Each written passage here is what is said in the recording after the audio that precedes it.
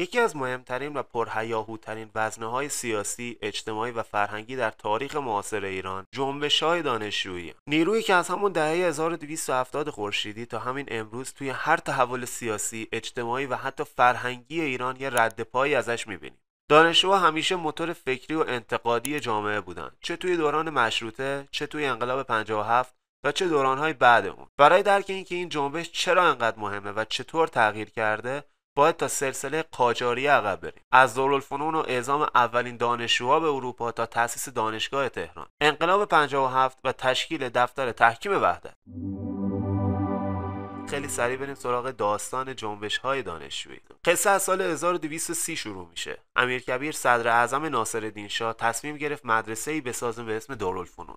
این مدرسه اولین نهاد آموزشی مدرن ایران بود. اونجا فقط درس فقه و ادبیات نمیدادن، بلکه علوم جدید مثل پزشکی، مهندسی و علوم نظامی هم تدریس میشد. دارالفنون عملاً شد محل تولد فکرهای تازه. بچه‌ها اونجا با نگاه انتقادی و اصلاح طلبانه آشنا شدن. بعدتر توی دهه 1270 گروهی از همین محصلا رو برای ادامه تحصیل فرستادن اروپا. حالا دانشجویان ایرانی توی پاریس و لندن با ایده‌هایی مثل آزادی، قانون اساسی، حقوق بشر و عدالت اجتماعی روبرو شدن. این دانشجوها وقتی برمیگردن ایران فقط با خودشون علم نیاوردن، بلکه یه حجم بزرگی از تفکرات تازه و مدرن رو هم با خودشون برداشتن آورد. همین دانشجوها بودن که کمی بعد اولین جرقه های مشروطه خواهی رو توی ایران روشن کردن و تبدیل شدن به قلب تپنده انقلاب مشروطه. در جریان انقلاب مشروطه این محصلا و دانشجوها تبدیل شدن به موتور فکری مبارزه علیه استبداد قاجار. مقاله می‌نوشتن، انجمن تشکیل میدادن، با روشنفکرها شبکه میساختن. کودتای 1299 و بعد سقوط قاجار هم نتونست جلوی این جو رو بگیره. هرچند توی دوران رضاشاه فضا خیلی بسته شد و اقتدارگرایی همه چیز رو کنترل میکرد، ولی بذر این جنبش‌ها و انجمن‌ها در زیر خاک فرهنگ غنی ایران آماده کوچکترین فرصت برای جوانه زدن دوباره بود.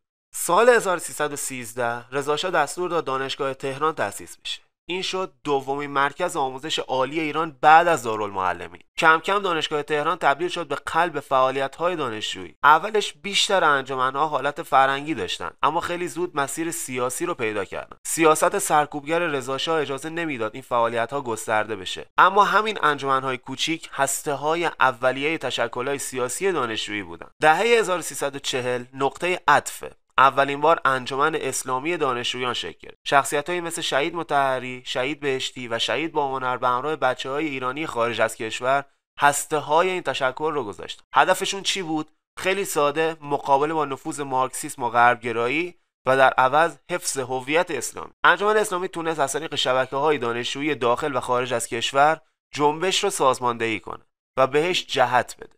دهه 50 اوج فعالیت دانشجوها علیه پهلویه. انجمن‌های اسلامی دانشگاه‌های کشور نقششون خیلی پررنگ شد. اونا هم فضای فکری رو عوض می‌کردن، هم تظاهرات و اعتراضات رو سازمان میدادن. دانشجویان ایرانی خارج از کشور هم بیکار ننشستن. با نوشتن مقاله، برگزاری تجمع و انتشار کتاب، فساد و استبداد رو افشا می‌کردن. این شبکه سازی چه داخل و چه خارج باعث شد صدای اعتراض علیه پهلوی بلندتر و جهانی‌تر بشه. در سال 57 دانشجوها پررنگ‌تر از قبل وارد میدون شدند. 29 شهریور 58 امام خمینی در یک جمله معروف گفت دانشجویان بروید و تحکیم وحدت کنید. همین جمله جرقه تولد اتحادیه دفتر تحکیم وحدت شد. این دفتر تبدیل به بزرگترین اتحادیه دانشجویی ایران شد. هدفش هماهنگی بین انجمن‌های اسلامی دانشگاه و دفاع از آرمان‌های انقلاب اسلامی. با انتخاب خاتمی و شعار جامعه مدنی، دانشگاه‌ها پر از امید و انرژی شد. دفتر تحکیم وحدت از اصلاحات حمایت می‌کرد. نشریات دانشجویی رشد کردند. مناظره ها داغ شد، فضای نقد رونق گرفت. اما این فضا خیلی زود با محدودیت ها مواجه شد. در اینجا یکی از تلخ‌ترین نقاط تاریخ جنبش دانشجویی ایران رقم میخوره. ماجرای کوی دانشگاه تهران. شروعش توقیف روزنامه سلام. اعتراض دانشجوها به خشونت کشیده شد. نیروهای امنیتی حمله کردند، تعدادی کشته و زخمی شدند. این حادثه نشون داد حتی توی فضای ظاهراً باز اصلاحات سرکوب وجود داره. بعدش هم شکاف بین دانشجوها و دولت خاتمی بیشتر شد. عدالت فقط نون و آب برای همه نیست. یه لحظه صبر کنین. اصلا نمیشه اینجا حرف زد. واقعا منم اگه از صبح اینجا نشسته بودم یه آقایی هم به همین شیکی برای من حرف زده بود و خیلی هم بهم خوش گذشته بود، بقیه رو هم کردم. لب مطلب دوستان منتقد این بود که خاتمی شعارهایی داد و از شعارهای خود عقب نشست. بنده چه شعاری دادم که از اون عقب نشینی کردم؟ اجازه بدید جا که برای بحث هست. اگر هم عقب خیلی خوب اجازه بدید، حالا خیلی خوب دونه دونه که نمیشه. آخر بعد از انقلاب 57 گفتیم که دفتر تحکیم وحدت تبدیل شد به بزرگترین اتحادیه دانشجویی ایران. اتحادیه‌ای که قرار بود تحکیم وحدت کنه، یعنی همه انجمن‌های اسلامی دانشگاه‌ها رو زیر یک پرچم بیاره و در خدمت آرمان‌های انقلاب نگه داره. اما هرچی جلوتر رفتیم اختلاف نظرها بیشتر شد، چون خود سیاست ایران هم داشت دو تکه میشد، یک طرف جناح راست و یک طرف جناح چپ. این دو جناح اولش زیر سقف حزب جمهوری اسلامی بودن، اما بعد از انحلال حزب در سال 66 شکافشون عمیق‌تر شد. طبیعی بود که این شکاف به دانشگاه هم کشیده بشه. دفتر تحکیم وحدت در دهه 60 و اوایل 70 همچنان یک دست به نظر می رسید. اما با دوم خرداد 76 و انتخاب خاتمی ورق برگشت. دانشگاه پر از انرژی شدند، بحث‌های سیاسی داغ شد، نشریات دانشجویی رونق تازه‌ای گرفتن. حالا دیگه دفتر تحکیم وحدت باید انتخاب میکرد، با اصلاحات باشه یا مقابلش. اینجا بود که انشعاب تاریخی رخ داد. دفتر تحکیم وحدت عملاً به دو طیف تقسیم شد. طیف علامه طباطبایی رادیکال‌تر بودن، پایکار اصلاحات وایسادن و حتی از خاتمی جلوتر رفتن. منتقد جدی ساختار قدرت بودن، اسمشون رو هم به خاطر برگزاری انتخابات در دانشگاه علامه طباطبایی طیف علامه گذاشتن. از طرف دیگه طیف شیراز بود. محافظه کارتر بودن، بعضیاشون به اصولگراها نزدیکتر شدن، بیشتر به دنبال کارهای فرهنگی بودن تا اعتراض خیابونی. این دوتا طیف هر کدوم برای خودشون مجمع عمومی جدا برگزار میکردن. شورای مرکزی جدا میساختن، بیانیه‌های جدا میدادن. یعنی چیزی که روزی با یک جمله امام خمینی برای تحکیم وحدت درست شده بود، حالا به نماد تفرقه و اختلاف تبدیل شد. از زیر طیف علامه بعدها تشکل جدیدی بیرون اومد، سازمان ادوار تحکیم وحدت. این سازمان متشکل از فارغ التحصیلان و اعضای سابق دفتر بود که میخواستن فعالیت سیاسی رو بیرون از دانشگاه هم ادامه بدن. در واقع ادوار تحکیم وحدت پلی بود بین جنبش دانشجویی اصلاح طلب و فضای سیاسی کشور. خیلی از چهره‌هایی که بعدها در سیاست اصلاح طلبی معروف شدن از دل همین سازمان بیرون اومدن. نقطه اوج قدرت تحکیم وحدت مخصوصا طیف علامه همون سالهای مجلس ششم بود، یعنی بین 78 تا 82. مجلس ششمی که با اکثریت اصلاح طلب شکل گرفت و خیلی‌ها بهش میگفتن مجلس اصلاحات.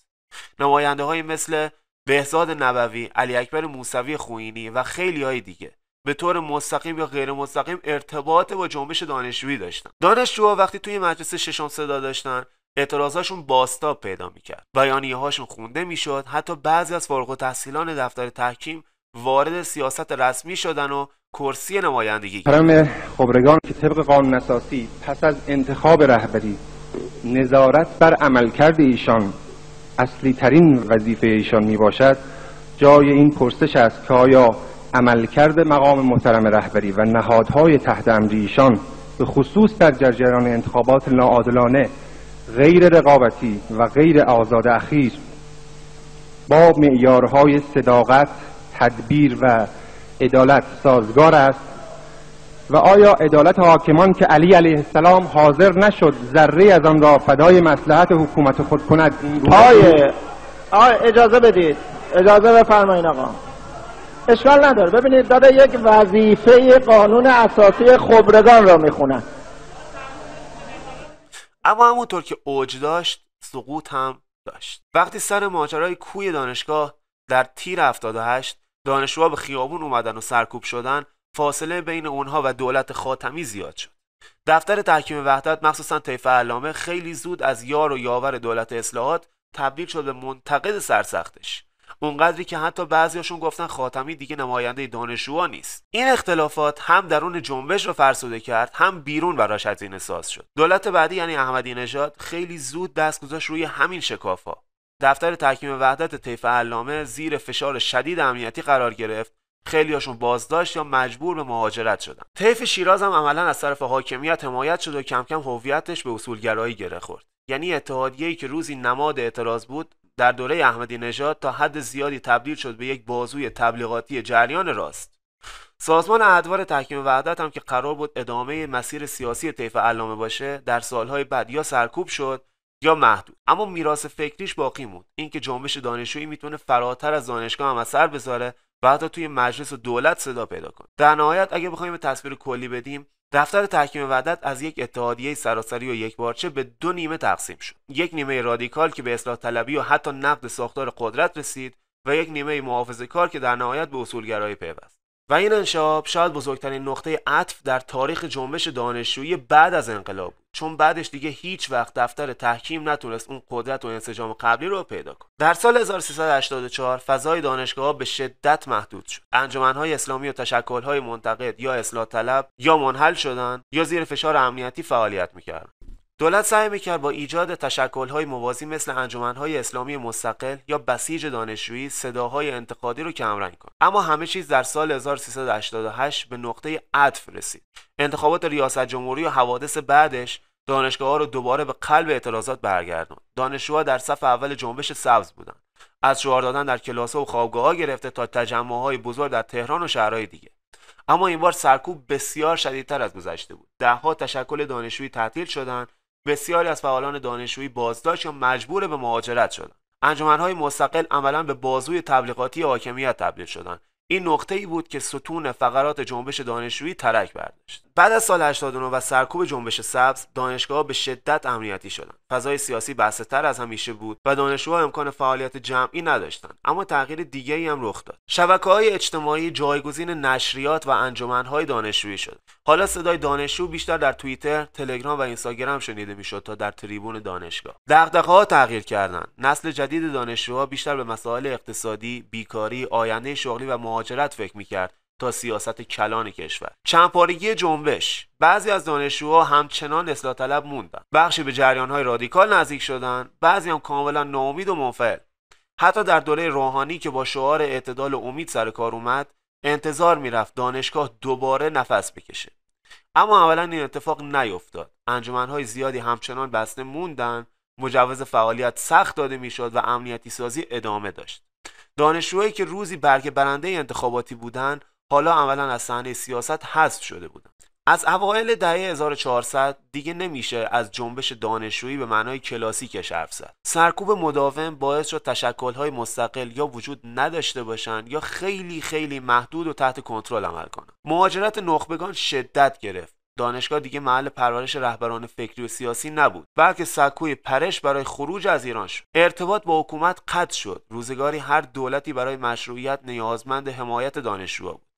اما امروز این پل ارتباطی تقریبا از بین رفته. دانشگاه دیگه نه برگ برنده انتخاباتی محسوب میشه، نه نیروی فکری جدی برای نظام. گسست نسلی بیشتر شد. نسل جدید دانشجوها فاصله زیادی با نسل‌های دهه 70 و 80 دارن.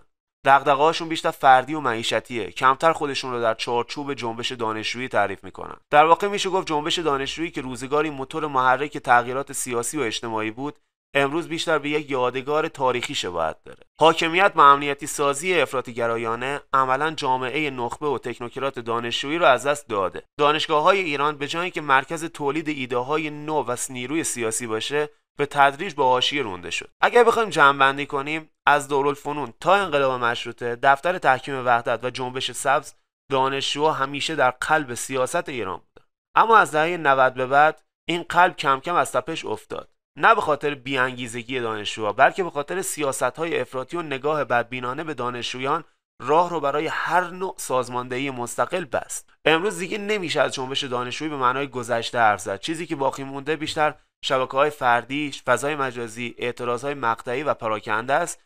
اما این رو نمیشه از یاد برد که ما ایرانی‌ها تونستیم معنی کلمه دانشجو رو تغییر بدیم و تبدیل به طبقه‌ای کنیم که از اصلی ترین نیروهای محرک سیاسی و اجتماعی در کشور بشه.